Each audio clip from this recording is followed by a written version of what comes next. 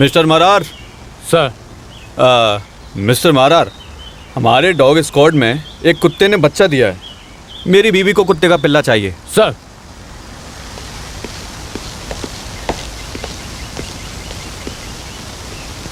हाँ, और इस जगह से कामाक्षीपुर गांव शुरू होता है।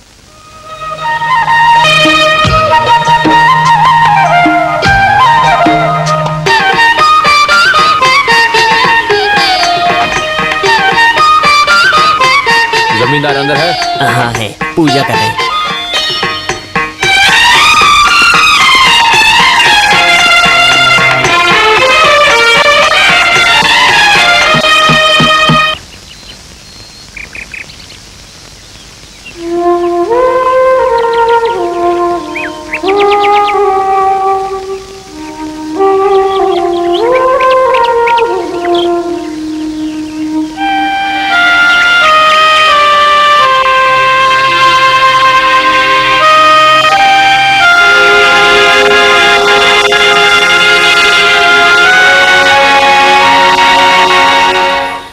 रुक जाइए, बिना कारण के इस घंटे को मत बजाइए।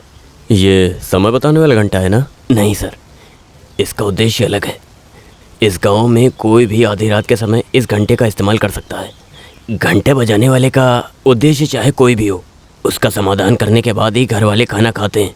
ये खानदान से चली आ रही परंपरा है जो अभी भी जिंदा है इस ज़माने में, अभी भी। हाँ सर, ज़माना बदल गया तो भी ये गाँव कामाक्षीपुरम के लोग जमींदार को देवता जैसे मानते हैं। अभी भी लोग इस घंटे को बजाते हैं क्या? हाँ बजाते हैं। ये घंटा बजाने वाली कहानी सुनाए तो आपको पूरा इतिहास बताना पड़ेगा। पिछली बार घटी एक घटना से अभी के जमींदार के साथ संबंध है। नरसिम्हा मडियार की कहानी। इस गांव के साथ ही रहने वाले हैं। चिंदबरम अभी रहे जमींदार ने कुछ पैसे उधार लिए थे, जो समय पर पैसा लौटा नहीं पाया और जमींदार के वक्त मांगता गया। वैसे एक दिन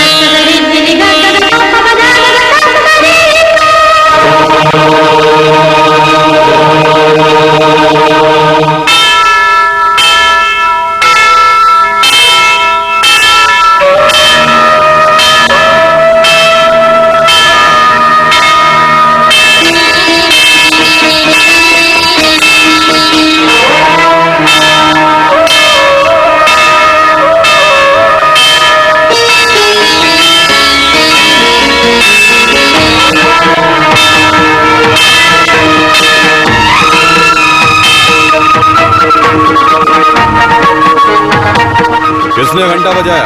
नहीं पता भाई।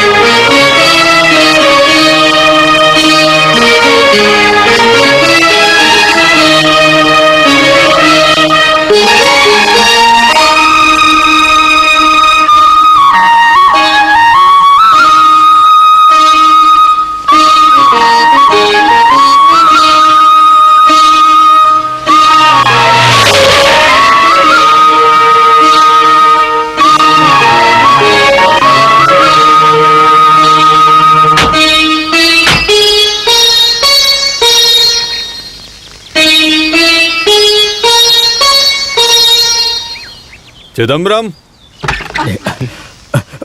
अरे जमींदार मालिक आप?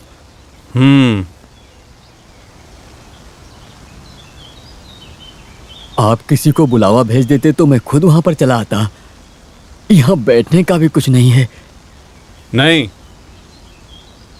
किसने ये चिट्ठी लिखी है? चिट्ठी? मुझे कुछ नहीं पता जमींदार मालिक। कौन है मैथिली? मैथिली मेरी बेटी है। उसे बुलाओ। मैथिली।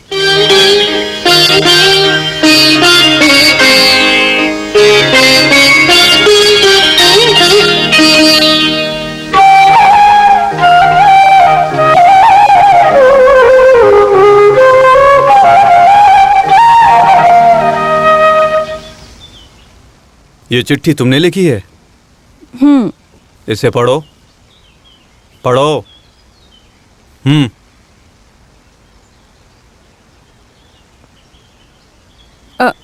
नरसिम्हा मडियार की जानकारी के लिए।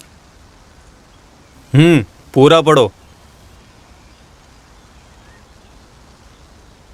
धंधा का कोई अनुभव ना होने के कारण मेरे पिताजी आपके पास पैसे के लिए आए। उससे धंधा करने के बाद सारे पैसे का नुकसान हो गया। आपने हमें बहुत वक्त दिया, लेकिन मेरे पिताजी समय पर आपका पैसा लौटा नहीं पाए। पैसा लौटा नहीं पा रहे थे, इसीलिए बार बार समय मांगा आपसे। वो आपसे बहुत ज़्यादा डर गए, आत्महत्या करने की कोशिश की। इससे मैं बहुत घबरा गई। इस घर में मेरे जेवर और रहने की जगह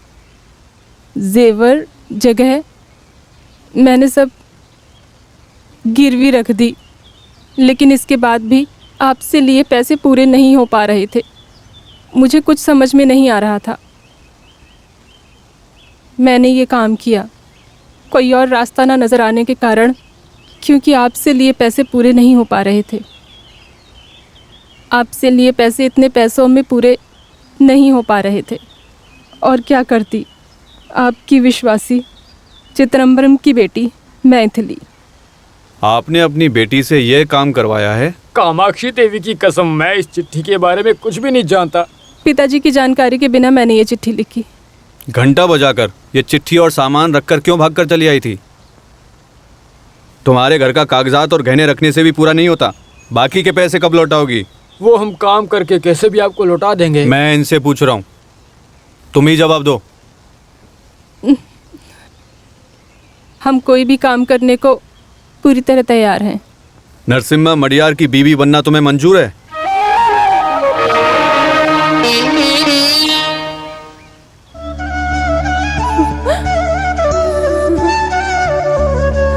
जमींदार मालिक, आप ये क्या कह रहे हैं? आपके सामने खड़ा रहने की हमारी औकात तक नहीं है। मैं आपके जाति और गोत्र के बारे में नहीं पूछा हूँ, विवाह के बारे में पूछा हूँ। अगर मैथिली को पसंद हो तो अगले किसी मुहूर्त में कामाक्षी देवी के मंदिर में तुम नरसिम्हा मडियार की बीवी बनोगी। ये देखो, हैदर की फांसी की सजा उम्र कैद की सजा में बदल गई। उम्र कैद की सजा तो उसके लिए अपने घर में रहने जैसा है। वो पैसा फेंकेगा और सारे मंत्री उसी का साथ देंगे, वहां सारी सुविधाएं मिलेंगी। उसे कानून ने सजा दी है और वही उसे बचा रहा है। उस कानून के सामने आपकी ये खाकी वर्दी क्या काम आई? उसे मरने के लिए कानून का डर है, मारने के लिए वो डरेगा। लेकिन सुनो, इन दोनों से मडियार को कोई डर नहीं है।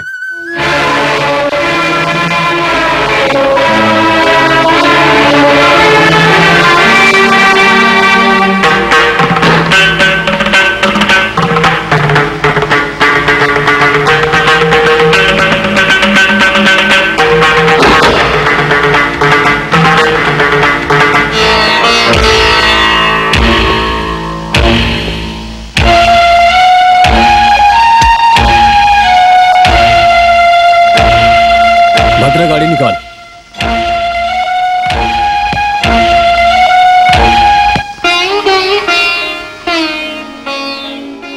एक मिनट रुकिए। 5 साल पहले मैं आपकी बीवी बनकर आई।